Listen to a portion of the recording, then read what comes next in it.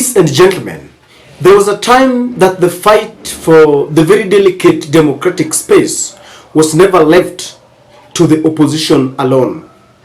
The clergy joined hands and they put the Nyayo government to task.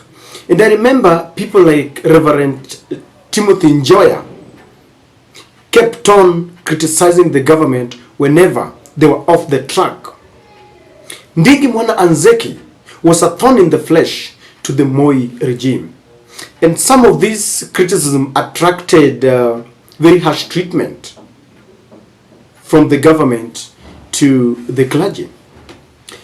But that glamour at the good old days left us. They are long gone. Because when William Ruto and Rigathi Gachagua were campaigning in the year 2022, they first looked for the church and they pocketed the church. In some of the churches, we witnessed the pictures and portraits of William Ruto. And William Ruto and Rigathi Gachagua have maintained that they were given their victory by God. They even complained that Raila was an antichrist, and that is the reason why he could not win. Now, some people, like God says that my people perish for lack of knowledge.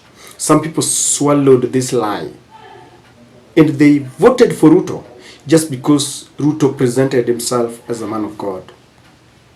But I have seen of late some of the clergy coming back and they are facing head-on William Ruto, and they are telling William Ruto, can you behave? I have seen my very favorite Catholic Bishop Muheria, very soft-spoken, telling William Ruto, we are not on the right track. And I have seen people like Nganga of the Nen Evangelism Center using very unkind words sometimes, telling William Ruto, ini ujinga, because they also feel it. And of course, they have also felt the cruel hand of the government, because the other day, Nganga was confronted by the police. Now, the latest is this very controversial pastor who has decided, liwe liwalo, we have to fight together, because if we don't speak for each other, a time will come when no one will speak for us. Ruto alisema kitu, na mimi hiyo kitu ilinisinya sana. Na mimi nitawaambia, kama unanipenda, nipende tu. Kama nitaki ni sawa. Bwana sana. Ati mwache kunipigia kelele. Kelele ya nini mnanipigia hapa? Hakuna opinion poll Ruto aliweka aulize Wakenya kama ni Wakenya wangapi wanataka avae akwe president. Yeye peke yake ndiye alianza kuzunguka na magari akiambia watu mnichague mnichague. So watu wakipiga kelele, mbona anaambia watu wasipige kelele? Bei ya vitu haitachoka. Kuna kitu bei itashuka. Nitawakalia kweli kweli. What kind of talk is that? Nakalia nani? Na kiti imekukalia. Uliko ukalie kiti, kiti imekukalia. Na unataka kukalia Wakenya tunakalia kweli kweli. Kuna mtu takalia bwana. Mimi nakwambia kuna mtu takalia. Hao watu ni wa Mungu, si wako. Na Kenya ni ya Mungu, sio yako. Bwana sana. Vitu zingine zinakasirisha. Hata kama huna roho, si utumie akili basi. Uone ya kwamba kuna watu ambao kweli kabisa wana mahitaji na wanateseka. Na uongee kama binadamu ambaye kuna akili, kuliko kuambia watu utawakalia kweli kweli. Na alikuwa na mazuzu wengine pale wanapiga makofi. Sijui alikuwa anafikiria ati sasa anasema kukalia Raila. Raila hana shida bwana. Somebody tell Ruto Raila hana shida. Hana shida na chakula, hana shida na karo, hana shida na chochote. Somebody tell Ruto Raila is richer than him. Sasa hata kukalia Raila hakuna kazi anafanya. We have a very useless kind of leadership now in this country. Very useless leadership. From the president down, useless people. I'm not afraid to say that. What is the use of a leader that cannot keep his promises to his people? You say you are always keeping promises. always giving promises, promise after promise, promise after promise, promise after promise, fulfilling none of them. Are you useful? Maybe you are useful somewhere else, but in that position you are useless. You are only useful because you are delivering. Sindio? How many of you say? You are only useful because you are doing what? You are delivering. In that position where you are in, your position, you might be useful in other things. Look for things that you can be useful in. Look at the president. Look at the vice president. Look at the ministers.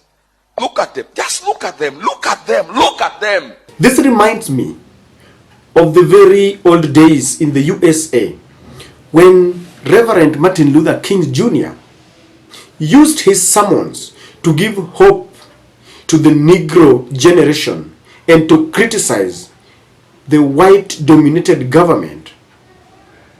And I remember in his very last speech, he said, I have been taken to the mountain tops and I have seen the glory of the land. And he told them, we might not reach there with you, but I want you to know this. You will reach there. And of course, a few days after that very speech, it is like he was predicting his death. Martin Luther King Jr. was shot dead. And ladies and gentlemen, you've seen that there are part of the clergy that have just decided that they now want to tell the government the truth. If the government wants to take action, let them do. Even Ole Sapit, the man who stood in Bomas during the controversial declaration of the presidential results, he has made a U-turn and is saying, surely we are not going the right direction. Because the pastors are also part and parcel of the Kenyan generation. And they see what is happening. They are our brothers and sisters.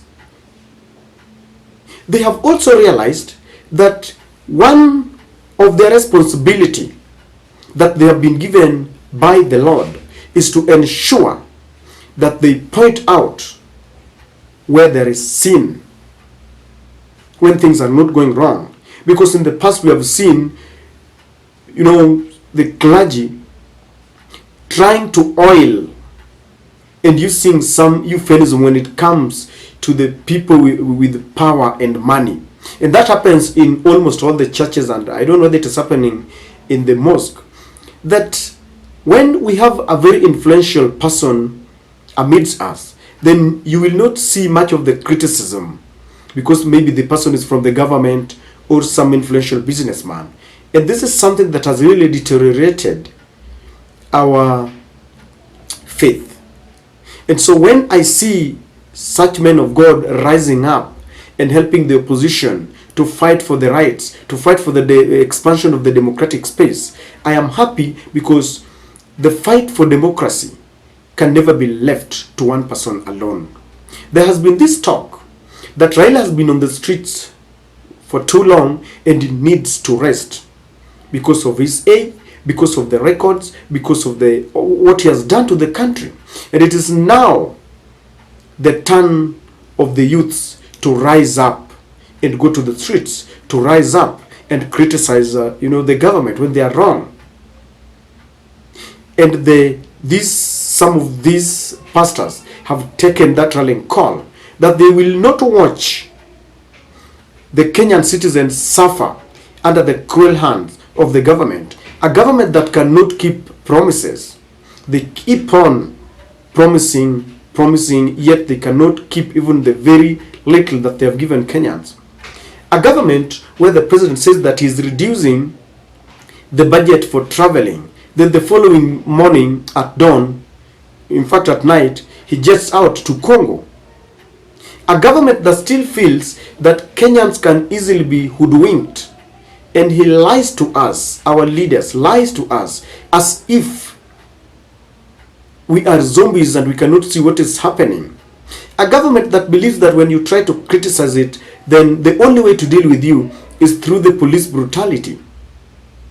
And these pastors and the bishops, the entire clergy, are only trying to show Kenyans that we have begun this fight, we have joined you. So do not relent. Because when we have this combined force, of the clergy, the opposition, the Kenyans themselves, the human rights groups, when people gang up together in accordance with the constitution, because there is that freedom of speech, to criticize where necessary, then I can assure you that this is the only way the government will listen to us. During the second liberation, when people were fighting the Nyayo regime, the one-party state, it took a collective effort.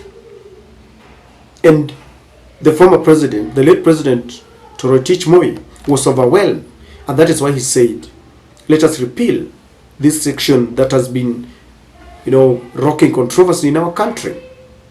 When people sit down and you want to look at others to take up the mantle of fighting for the democracy, then you will soon realize that you who is sitting down will suffer. And I think the entire nation is waking up to realize that when Raila called for the demonstrations, he really meant good. Unlike the fallacy that has been put forward, that he wanted to bring down businesses, that he wanted to ensure that he frustrates the Ruto government, people are now realizing that indeed he meant good. And because even the pastor is alluding there that Raila is rich, he does not feel the pangs of hunger. If people are insecure and the bandits are rocking the country, Raila is safe. He does not feel the pain of paying school fees. The only pain he feels is that his supporters are suffering. Yet we have a government that collects taxes. And so, ladies and gentlemen, this fire that has been lit by the clergy, people like Nganga, Ole Sapit, Muheria, and all the other clergy that has joined hands, let us ensure that the fight goes on. Because sometimes there are people who are suffering, they don't even know that they're suffering. There are people who are supporting the Kenya Kwanza team, and when you ask them why they are supporting the government, they will tell you because Raila. They don't want Raila. Why? They don't know. Maybe the only reason that they can give is that they have been told that Raila is bad.